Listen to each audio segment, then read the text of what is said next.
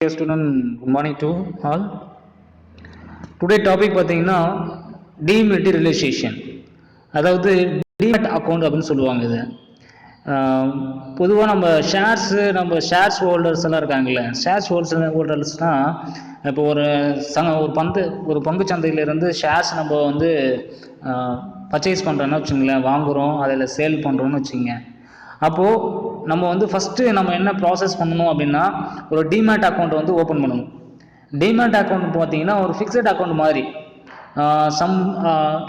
Some money வந்து நம்ம என்ன பண்ணணும், இன்வெஸ்ட்மெண்ட் பண்ணணும். அப்போ இன்வெஸ்ட்மெண்ட் பண்ணால் தான் அது வந்து ஃபஸ்ட்டு டிமேட் அக்கௌண்ட் வந்து க்ரியேட் பண்ணிவிட்டு அடுத்து தான் நம்ம வந்து ஷேர் மார்க்கெட்டில் இன்வெஸ்ட்மெண்ட் பண்ணலாம். ஷேர் மார்க்கெட்டில் எப்படி இன்வெஸ்ட் பண்ணணும் அப்படின்னா, ஒரு நல்ல கம்பெனி வந்து ரன் ஆகின்னு இருக்குது, டெவலப் ஆகின்னு இருக்குது, இது ஃப்யூச்சரில் வந்து இது நல்ல பெரிய லெவலில் வரும் அப்படின்னு நீங்கள் எதிர்பார்க்குற அந்த கம்பெனி மேலே என்ன பண்ணுறீங்கன்னா, போதுமான ஷேர்ஸை வந்து நீங்கள் இன்வெஸ்ட்மெண்ட் பண்ணலாம். போதுமான ஷேர்ஸ்னால் எப்படின்னா, ஃபஸ்ட்டு வந்து மினிமம் 200 rupees வந்து ஷேர்ஸ் வந்து நீங்கள் வந்து இன்வெஸ்ட்மெண்ட் பண்ணலாம் எந்த கம்பெனி மேலும். இப்போது ஃபார் எக்ஸாம்பிள் பார்த்தீங்கன்னா, இப்போ ஸ்டேட் பேங்க்கில் நம்ம இன்வெஸ்ட்மெண்ட் பண்ணுறோம் அப்படின்னா வச்சுங்களேன், அப்போ ஸ்டேட் பேங்க்கில் வந்து 200 rupees வந்து நம்ம வந்து ஷேர் மார்க்கெட்டில் நம்ம இன்வெஸ்ட் பண்ணலாம். அதை நம்ம இன்வெஸ்ட் பண்ணணும், அந்த அமௌண்ட்டு 200 rupees. அடுத்ததான் நம்ம வந்து நான் கோல்டில் நான் பண்ணுறேன், இல்லை நான் வந்து மொபைல் கம்யூனிகேஷன் செக்டார்ஸில் நான் பண்ணுறேன், இல்லை நான் இண்டஸ்ட்ரியலில் பண்ணுறேன், வேறு ஏதாவது ஒரு துறைகளில் நான் பண்ணுறேன் அப்படின்னு சொல்லும்போது அந்த கம்பெனியை தேர்ந்தெடுத்து அது மூலிமா நீங்கள் என்ன பண்ணலாம், ஷேர் மார்க்கெட்டில் நீங்கள் இன்வெஸ்ட்மெண்ட் பண்ணலாம். இதுதான் ஃபஸ்ட்டு ரூல்ஸ் அண்ட் ரெகுலேஷன். பார்க்கும்போது டிமேட் அக்கௌண்ட் வந்து எல்லாருமே வந்து ஓப்பன் பண்ணியிருப்பாங்க. டிமேட் அக்கௌண்ட் தான் ஃபஸ்ட்டு நம்ம ஓப்பன் பண்ணுறோம், அதுதான் நம்ம பார்க்க போகிறோம். இப்போ dematerialization is the process by which physical shares certificate of the investors are taken back by the company register and dissolved அப்படின்னு சொல்லுவாங்க. அதாவது புறத்தோற்றமற்ற பத்திரங்கள் உருவாக்கம் என்பது நிறுவன பதிவாளர்களால் காகித வடிவிலான பங்கு சான்றிதழை அழித்து புறத்தோற்றம் இல்லாத வகையில் பத்திரங்களாக மாற்றம் செய்யலாம் அப்படின்னு சொல்கிறாங்க. இது என்னென்னா, ஃபஸ்ட்டு வந்து டிமேட் அக்கௌண்ட் இருந்தால் மட்டும்தான் ஒரு கம்பெனியில் வந்து நம்ம மணியை வந்து ஷேர்ஸை வந்து நம்ம இன்வெஸ்ட்மெண்ட் பண்ண முடியும், இல்லைன்னா நம்ம இன்வெஸ்ட்மெண்ட் பண்ண முடியாது. ஆனால் ஃபஸ்ட்டு வந்து நம்ம என்ன பண்ணணும்னா டிமேட் அக்கௌண்ட்டை நம்ம ஓப்பன் பண்ணியே தீரணும். ஓகேங்களா? ஸோ அதுதான் இங்கே தான் சொல்கிறாங்க. நெக்ஸ்ட் பாயிண்ட் பார்க்கும்போது, dematerialisation is done at the request of all investors. The investors will first have the open an account of the dematerialization, அதாவது DP account சொல்லுவாங்க, depository participant, and then requires for dematerialization of certificate through the DP.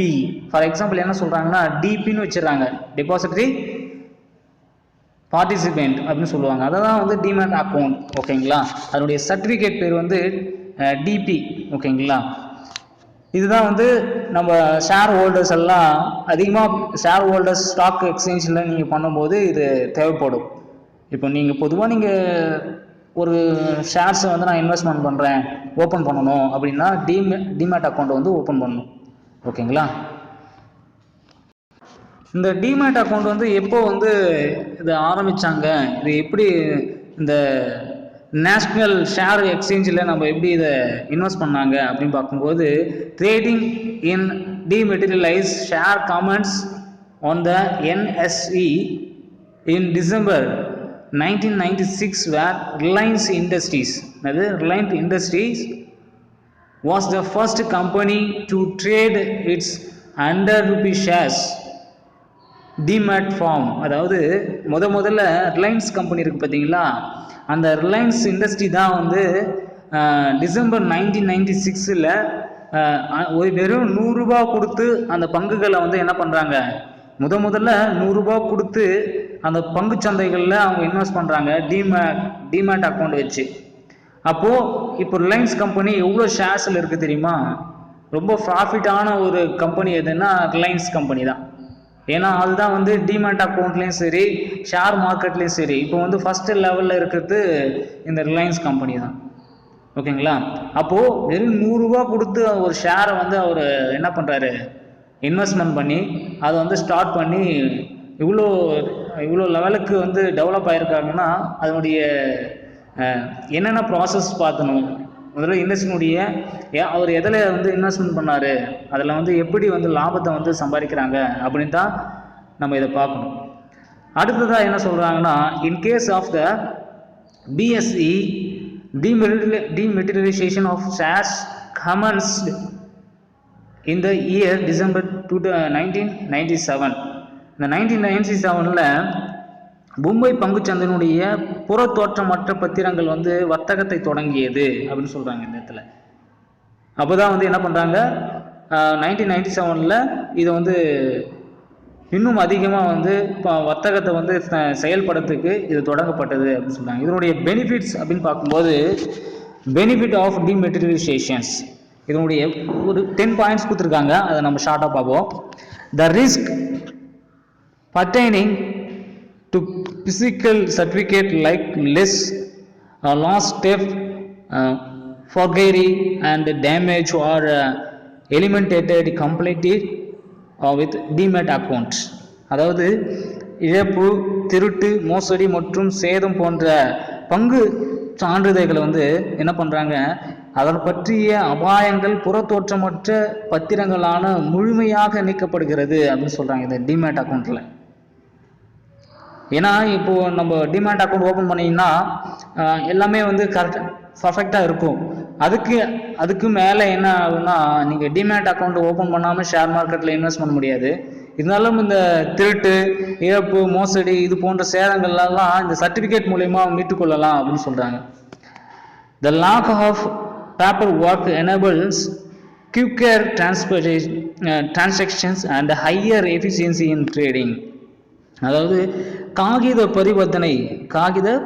பரிவர்த்தனைகளை விட புறத்தோற்றமற்ற பத்திர வர்த்தகம் மூலம் விரைவாக பரிவர்த்தனைகள் வந்து செயல்படவும் அதனுடைய அதிகமான வர்த்தகத்தை வந்து இது வந்து வழங்குகிறது அப்படின்னு சொல்கிறாங்க. இந்த கணக்கு மூலயமா, இந்த டிமேட் அக்கௌண்ட் மூலயமா விரைவாக வந்து ஒரு ஷேர்ஸை வந்து இன்வெஸ்ட்மெண்ட் பண்ணலாம், வாங்கலாம், விற்கலாம் அப்படின்னு சொல்கிறாங்க.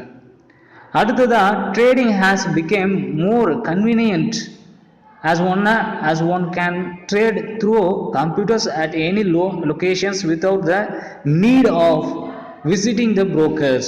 இப்போ நம்ம வந்து ஒரு ஷேர் மார்க்கெட்டில் இன்வெஸ்ட் பண்ணுறோம், இல்லை ஒரு ஷேர்ஸை நம்ம வாங்குகிறோம், ஒரு ஷேர்ஸை வந்து சேல் பண்ணுறோம் அப்படின்னா நம்ம இடைத்தரகர்கள் இருக்காங்கல்ல, புரோக்கர்ஸ், அவர்கள் மூலியமாகத்தான் என்ன பண்ணுவோம், இந்த ஷேர் மார்க்கெட்டினுடைய இன்வெஸ்டாக இருந்தாலும் சரி, அப்புறம் சேல்ஸாக இருந்தாலும் சரி, இல்லை பையராக இருந்தாலும் சரி, இதெல்லாம் வந்து யார் மூலியமானா இடைத்தரகர்கள் மூலியமாக தான் நடக்கும் அப்படின்னு சொல்கிறாங்க. இதில் இடைத்தரகர்கள் இல்லாமல் வந்து இது வந்து கொஞ்சம் ரொம்ப ரேரு அப்படின்னு சொல்கிறாங்க.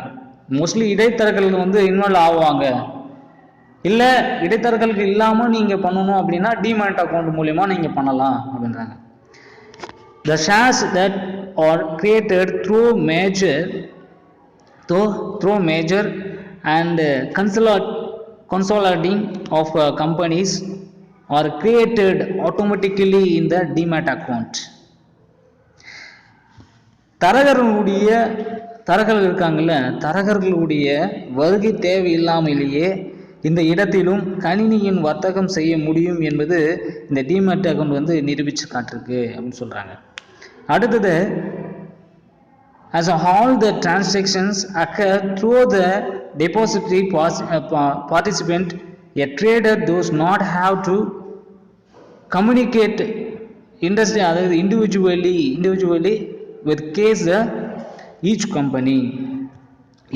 எல்லா பரிவர்த்தனைகளையும் வைப்பாக பங்குதாரர்கள் மூலமாக நடக்கும்போது ஒரு வர்த்தகர் தனித்தனியாக ஒவ்வொரு நிறுவனத்துடனும் தொடர்பு கொள்ள தேவையில்லை அப்படின்னு சொல்கிறாங்க. ஏன் நிறுவனத்துக்கு கூட தேவையில்லை அப்படின்னா, இப்போ வந்து நம்ம ஒரு பரிவர்த்தனை செய்கிறோம்னு வச்சுங்களேன், எல்லாருடைய பரிவர்த்தனையும் அந்த லிஸ்ட்டில் காட்டிடும்.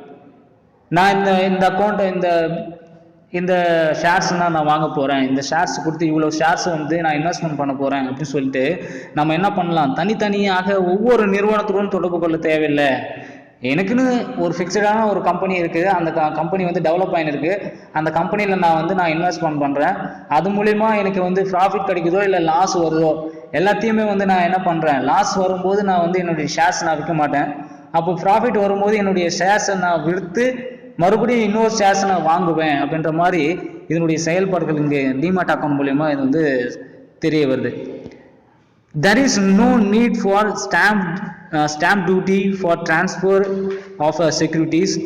This brings down the cost of transaction significantly அப்படின்னு சொல்றாங்க. அதாவது பத்திரங்களை வந்து பரிமாற்றுவதற்காக முத்திரைத்தாள் ஒன்று பயன்படுத்துகிறாங்க. முத்திரைத்தாள் கட்டணம் இல்லாமல் நம்ம வந்து டிமேட் அக்கௌண்ட் மூலியமாக செயல்படலாம். இப்போ டிமேட் அக்கௌண்ட் ஓப்பன் பண்ணும்போது நம்ம என்ன பண்ணுறோம், அந்த ஸ்டாம்பெல்லாம் நம்ம ஒட்டி என்ன பண்ணுவோம், நம்ம ஷேர்ஸ் வந்து இவ்வளோ ஷேர்ஸ் இருக்குது, இதை நீங்கள் வாங்கிக்கிங்க, இல்லை அந்த ஷேர்ஸ் வந்து நான் வாங்குறேன் அப்படின்னு போகும்போது நம்ம வந்து ஃபஸ்ட்டெல்லாம் பார்த்திங்கன்னா சீல் வைத்து அதனுடைய ஸ்டாம்ப் இருக்குது பார்த்தீங்களா, அதை வச்சு நம்ம வாங்குவோம். ஆனால் இங்கே டிமேட் அக்கௌண்ட் மூலிமா வங்கியில் வந்து டைரெக்டாக நம்ம என்ன பண்ணலாம், ஸ்டாம்ப் இல்லாமையே நம்ம வந்து கணிசமாக ஒரு அளவுக்கு பரிவர்த்தனை செலவுகளை வந்து குறைக்கலாம் அப்படின்னு சொல்கிறாங்க. Certain banks also permit holding the both equity and debt security in the single account. இந்த சிங்கிள் அக்கௌண்ட் ஒரு குறிப்பிட்ட கணக்கில், இந்த குறிப்பிட்ட ஒரு கணக்கில் என்ன பண்ணலாம், பங்கு மற்றும் கடனீட்டு பத்திரங்களை வந்து இருவரும் வைத்து இருக்க ஒரு சில வணிகங்கள் அனுமதிக்கின்றன அப்படின்னு சொல்றாங்க. சில வணிகங்கள்னா அனுமதிக்கப்படுகிறார்கள் அப்படின்னு சொல்றாங்க. இதுல என்னன்னா ஒரு செலவும் கம்மி அப்படின்னு சொல்றாங்க. இது வந்து செலவும் ரொம்ப கம்மி தான் அப்படின்றாங்க. Bank also provide dedicated in the transfer trained customer care officers to assist through all the procedures. அதாவது வங்கியினுடைய அனைத்து நடவடிக்கைகளையும் வாடிக்கையாளர்களுக்கு உதவுவதாக அர்ப்பணிப்பு மற்றும் நன்கு பயிற்றுவிக்கப்பட்ட வாடிக்கையாளர்கள் சேவைகளை வந்து இது வழங்குகிறது. இந்த டிமேட் அக்கௌண்ட் மூலமா இது வந்து வழங்குகிறது அப்படின்னு சொல்லிட்டு சொல்ல போறாங்க. A demat account holder can buy or sell any amount of shares. என்னன்னா புறத்தோற்ற கணக்கு இருக்கு பார்த்தீங்களா, புறத்தோற்றமற்ற கணக்கு வைத்திருப்பவர்கள் பங்குகளை எந்த அளவு வாங்கவும் எந்த அளவு விற்கவும் முடியும் அப்படின்னு சொல்றாங்க. எந்த அளவு போனாலும் வாங்கலாம், எந்த அளவு போனாலும் விற்கலாம். However, there is no limit, அதாவது there is limit on the number of transactions done use physical securities அப்படின்னு சொல்றாங்க. இருப்பினும் காகித வடிவிலான பத்திரங்கள் வைத்திருப்பவர் மேற்கொள்ளும் பரிவர்த்தனைகளை எண்ணிக்கையில் வரம்பு உண்டு அப்படின்னு சொல்றாங்க. இப்போ என்னன்னா காகித அளவில் என்ன பண்ணுறாங்க, பத்திரங்கள் எல்லாம் வச்சுருப்பாங்க. ஒரு டிமேட் அக்கௌண்ட் ஓப்பன் பண்ணோம்னா ஃபார் எக்ஸாம்பிள் முன்னாடி நான் சொல்லியிருக்கேன், அதுக்கு ஒரு சர்டிஃபிகேட் இருக்கணும். அந்த சர்டிஃபிகேட் மூலயமா நம்ம எவ்வளோ ஷேர்ஸ் வாங்கணும், எவ்வளோ ஷேர்ஸ் விற்கணும் அப்படின்னு சொல்லிட்டு சர்டன் லிமிட் இருக்குது. அந்த லிமிட் மூலயமா தான் வந்து என்ன பண்ணுவாங்க, அதை செயல்படுவாங்க. ஆனால் டிமேட் அக்கௌண்ட் மூலயமா வந்து எவ்வளோ வேணால் வாங்கலாம், எவ்வளோ வேணால் விற்கலாம் அப்படின்ற மாதிரி இருக்குது. அதுக்கு லாஸ்ட்டாக one can also choose to take a loan against security which are held in the demat account by offering it as a collateral of the lender. கடன் வாங்குபவருக்கு ஒரு இணைப்பாக வழங்குவதன் மூலம் ஒரு புறத்தோற்றமற்ற பத்திர கணக்கு வைத்திருப்பவர்கள் கணக்கு நடைமுறைகளினுடைய பத்திரங்களுக்கு எதிராக கடனை வாங்குகிறார்கள்.